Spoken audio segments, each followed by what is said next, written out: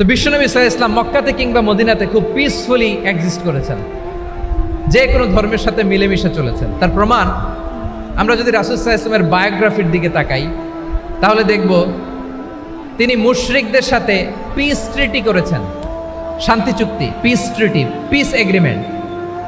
আপনারা হুদাইবিয়ার সন্ধির নাম শুনেছেন? আমার লালমনিরহাটের কলিজার টুকরা ভাইয়েরা, হুদাইবিয়ার সন্ধির নাম আপনারা শোনেন নাই? 6ষ্ঠ হিজরিতে বিষ্ণু ঈসা ইসলাম মুশরিকদের সাথে এই ট্রিটি করেছেন, চুক্তি। কাদের সাথে? মুশরিকদের সাথে। আমরা তো মুসলমান বসতে পারি না, আমরা দুই মুসলিম ভাই একসাথে বসে চা খেতে পারি না, গল্প করতে পারি না। বিষ্ণু ঈসা ইসলাম মুশরিকদের সাথে ট্রিটি করেছেন, হুদাইবিয়ার সন্ধি। এই সন্ধির আগে মক্কা থেকে কেউ মদিনায় যেতে পারে না, মদিনা থেকে কেউ মক্কায় যেতে পারে না, কিন্তু এই সন্ধির পরে ট্রাফিক স্বাভাবিক হয়ে গেল। মক্কার লোকেরা মদিনায় আসতে পারে, মদিনার লোকেরা মক্কায় আসতে পারে। এটাকে বলে সুলহে Hudaibiya, the peace agreement of Hudaibiya, শান্তি চুক্তি। আমরা পৃথিবীতে এখন অনেক শান্তি চুক্তির নাম শুনি, এগুলো সব the piece treaty of Hudaibiya থেকে কপি করা। আল্লাহু আকবার। তাহলে বিশ্বনবী সাল্লাল্লাহু আলাইহি সাল্লাম তিনি যে শান্তিপূর্ণ সহাবস্থানে বিশ্বাসী ছিলেন, মুসলমানেরা যে অন্য ধর্মের প্রতি সহনশীল তার প্রমাণ হচ্ছে এই পিস ট্রিটি। শুধু তাই নয়, মাইকের সাউন্ডটা একটু বাড়ায় দিতে হবে, খুব দুর্বল, একটু মজবুত করতে হবে, আর একটু ক্লিন করতে হবে, আর সবগুলা জায়গায় সাউন্ড যাচ্ছে কিনা একটু ক্রস চেক করতে হবে। হ্যাঁ, পাবেন দিচ্ছে mike operator, he is trying his level best, দিচ্ছে। মাইক অপারেটর যিনি আছেন প্রতিটি জায়গায় প্রতিটি সাউন্ড বক্সে যেন আওয়াজ পাওয়া যায়, একটু ক্রস চেক করেন, সাউন্ডটাকে একটু স্ট্রং করে দেন। হ্যাঁ, ঠিক আছে, মাশাআল্লাহ। এদিকে তাকান, এদিকে। মক্কার পার্ট গেল, পিস এগ্রিমেন্ট করলেন, শান্তি চুক্তি। বিষ্ণু ঈসা ইসলাম মদিনায় যে কি করলেন? মদিনায় যে বিষ্ণু ঈসা ইসলাম মদিনা চার্টার করলেন, মদিনা সনদ, সাহিফাতুল মদিনা, এটার বলে মদিনা চার্টার। যে ওয়েস্টে, ইউরোপে, আমেরিকাতে তারা অনেক চার্টার করে, এই সব চার্টার মদিনা চার্টার থেকে কপি করা। আওয়াজ করে পড়েন সুবহানাল্লাহ। বিষ্ণু ঈসা ইসলাম মদিনায় গেলেন, মদিনাতে মুসলিম, মুশরিক, ইয়াহুদি, এই 3 ধর্মের লোক মিলে সব স্টেক হোল্ডার যারা আছে সবাইকে নিয়ে বিষ্ণু ঈসা ইসলাম মদিনা চার্টার করলেন, মদিনা সনদ। পড়েন সুবহানাল্লাহ। শুধু তাই নয়, মক্কাতে বিশ্বনবী পিস এগ্রিমেন্ট করলেন, শান্তি চুক্তি মুশরিকদের সাথে। মদিনাতে যে বিশ্বনবী মদিনা চার্টার করলেন, মদিনা সনদ করলেন ইহুদিদের সাথে। আবার মদিনাতে বিশ্বনবী ইহুদিদের সাথে পিস ডায়ালগ করলেন, ইন্টারফেথ ডায়ালগ করলেন, আন্তধর্মীয় সংলাপ করলেন, যেই সংলাপের মূল ভিত্তি ছিল তাওহীদ। মূল ভিত্তি ছিল কি? তাওহীদ। বিশ্বনবী ইহুদিদেরকে ডাকলেন, আহ্বান করলেন, কুল ইয়া আহলাল কিতাবি তাআলাউ ইলা কালিমাতিন সাওয়াইন বাইনানা ওয়া বাইনাকুম আল্লা না'বুদা ইল্লাল্লাহ ওয়া লা নুশরিকা বিহি শাইআন ওয়া লা ইয়াত্তাখিযা বা'দুনা বা'দান আরবাবাম মিন দুনিল্লাহ فإن تولوا فقولوا اشهدوا بأننا مسلمون। সুবহানাল্লাহ পড়েন। বিশ্বনবী মদিনার ইহুদিদের ডেকে বললেন, ও ইহুদিরা, শোনো শোনো,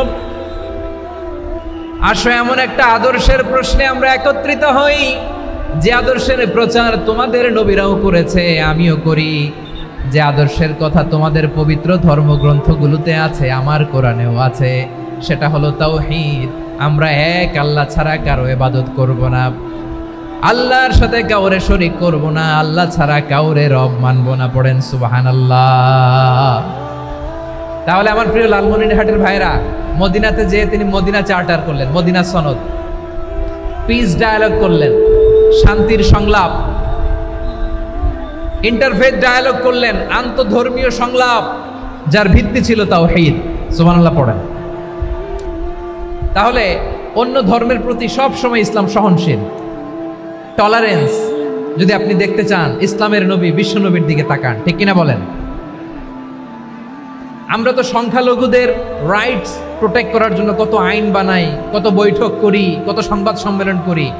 বিষ্ণু সাল্লাল্লাহু আলাইহি ওয়াসাল্লাম সংখ্যালঘুদের রাইটসের ব্যাপারে, অধিকারের ব্যাপারে যে কথা বলেছেন, শুনলে আপনি অবাক হয়ে যাবেন।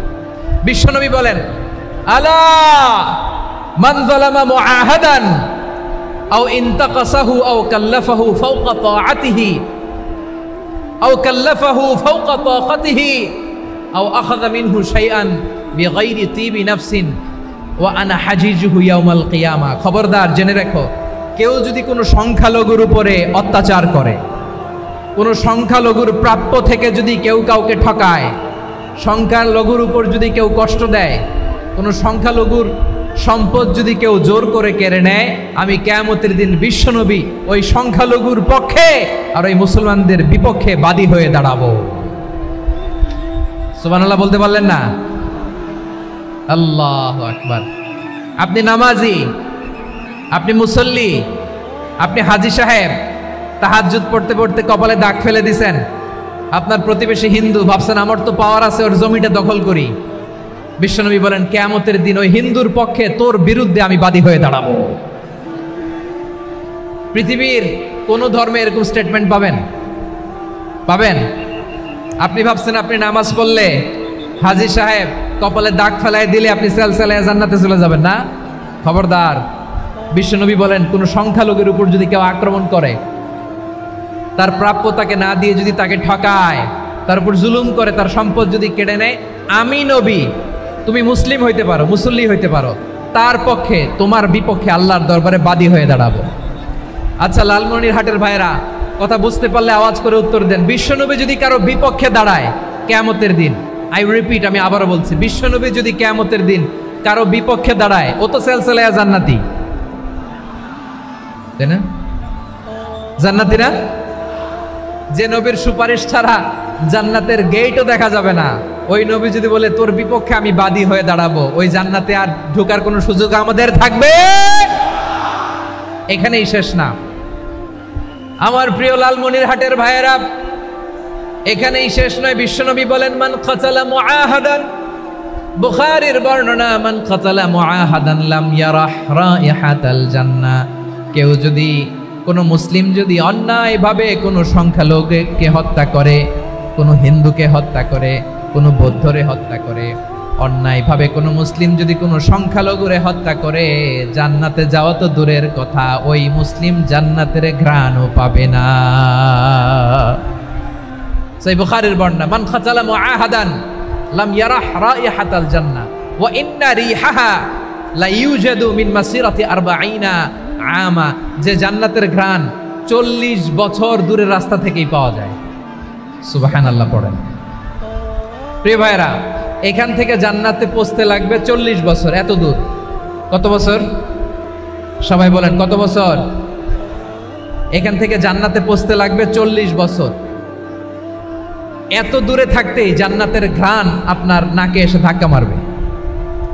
বিশ্বনবী বলেন, যে ব্যক্তি কোনো সংখ্যালঘুকে হত্যা করে, জান্নাতের ঘ্রাণ তো পাবেই, জান্নাতে তো ঢুকতে পারবেই না, জান্নাতের ঘ্রাণও তার নাকে লাগবে না। পড়েন না আউযুবিল্লাহ। তাহলে সংখ্যালঘুদের ব্যাপারে ইসলামে অধিকার দেয়া আছে না নাই? লালমনিরহাটের ভাইয়ের আওয়াজ করে বলেন, আমার সংখ্যালঘু হিন্দু ভাইদের রাইটস, অধিকার আমাদের ইসলামে প্রোটেক্টেড আছে না নাই?